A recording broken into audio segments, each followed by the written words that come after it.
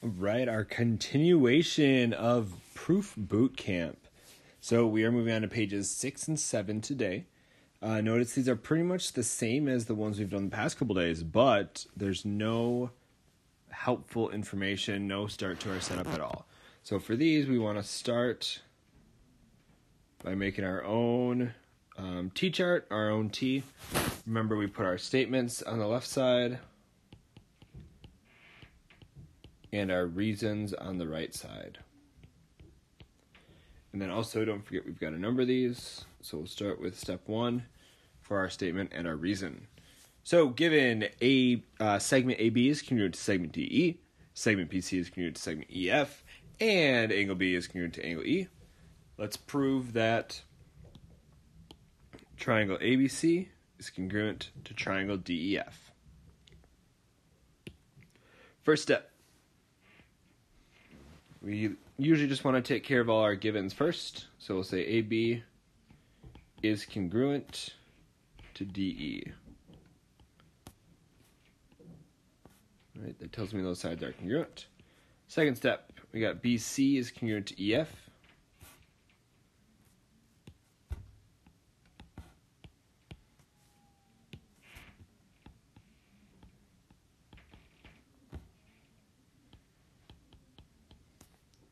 All right, we know those angles are congruent. And our third step, we've got our last given here. Angle B is congruent to angle E. Right, and what are our reasons for all of these, right? They were just given to us, so we can write given as our reason. I would pretty much start every proof and do all of your givens first. Once you've done your givens, then you can figure out what you still need to do in order to prove it. So as of right now, remember, in order to prove triangles congruent, we need 3 things, either SSS, SAS, AAS, ASA, or RHL. So do we have that set up right now? And yeah, we do, right? I have got a side, and then another pair of angles, and then a last pair of sides. So I've got side, angle, side going on. That's enough information. So I know that my fourth step can just be our proof statement, which is triangle ABC is congruent to triangle DEF. And my reason for that is just going to be side, angle, side. Congratulations. You did your first proof. Completely from scratch. Good work. Number 20. So once again, you always want to start with making that T. And we will start with step 1. All right, always want to start with our givens. So PQ is congruent to TU. That is given. All right, step number 2. We have angle P is congruent to angle T. And that will be given as well. Step 3, let's do our last given. So angle Q is congruent to angle U, and given.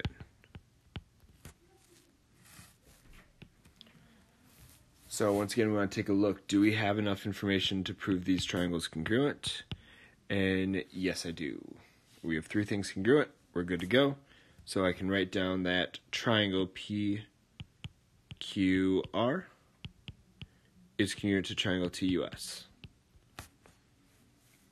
And how do we know that? Well, I know I have an angle, and then I have a pair of sides congruent, and then lastly we've got another angle. That side is in between the 2 angles. It's touching the 2 angles. So we are going to say this is angle, side, angle. All right, also, highly recommend that you guys are marking your diagram. So I know these diagrams have the markings in them first, but I would somehow go over them with your pencil, kind of like I did with the different colors, so that you can get used to marking the diagrams. Because when the diagrams are blank and the proof is blank, it gets a little bit challenging. So if you've set yourself up with marking the diagrams, it makes it a little bit easier. Once again, highly recommend using colors as well. It seems to help out. All right, let's look at question number 21. All right, once again, we're going to make our T-chart. 1, let's start with our givens. So segment JK is congruent to segment MN.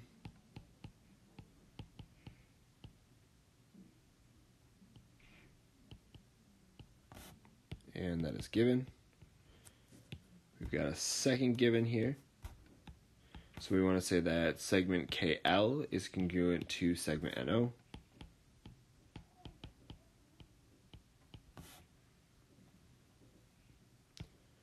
Which we know is also given.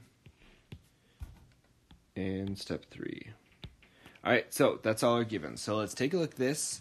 Do we have enough information to prove triangles congruent? Well, remember we need 3 things. So I see I've got one right there. I see I've got the second one right there. So we currently do not have enough information to prove these triangles are congruent.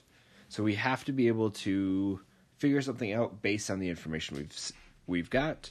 We need to take a look if there's any of those invisible items like vertical angles or reflexive. But in this case, we actually have one more given. Just a reminder, things can be given in a picture or in words. So I can see here that we've got our right angle symbols.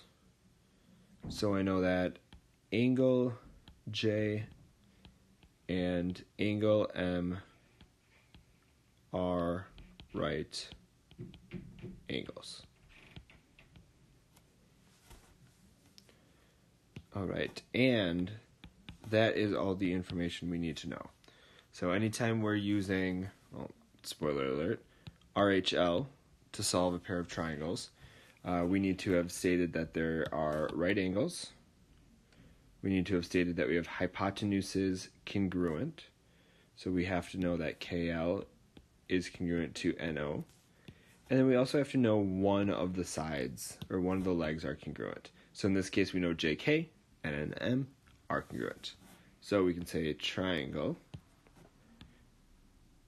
JKL is congruent to triangle MNO. And we know that's true by RHL. Right, so go ahead, finish this page. There's 3 more left on this page. They're all very, very similar. So pause the video, attempt them on your own, and then when you come back, I will have just the answers up here that you can look at. I'm not going to explain it, but that you can check to see how you did.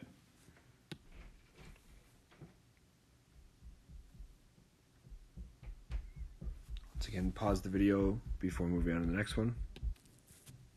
Number 23. Once again, pause the video if you need to. And number 24. Once again, pause the video if you need to. Just a quick look. Remember that if the side is touching both the angles or is in between both the angles, that's angle side angle. But on question 23, when that side that was congruent was not in between the 2 angles, okay, it wasn't in between there, it was on the outside, then that's when it's angle, angle, side. Notice once again, this side only touches one of the angles we care about, and the letter S only touches one of the A's.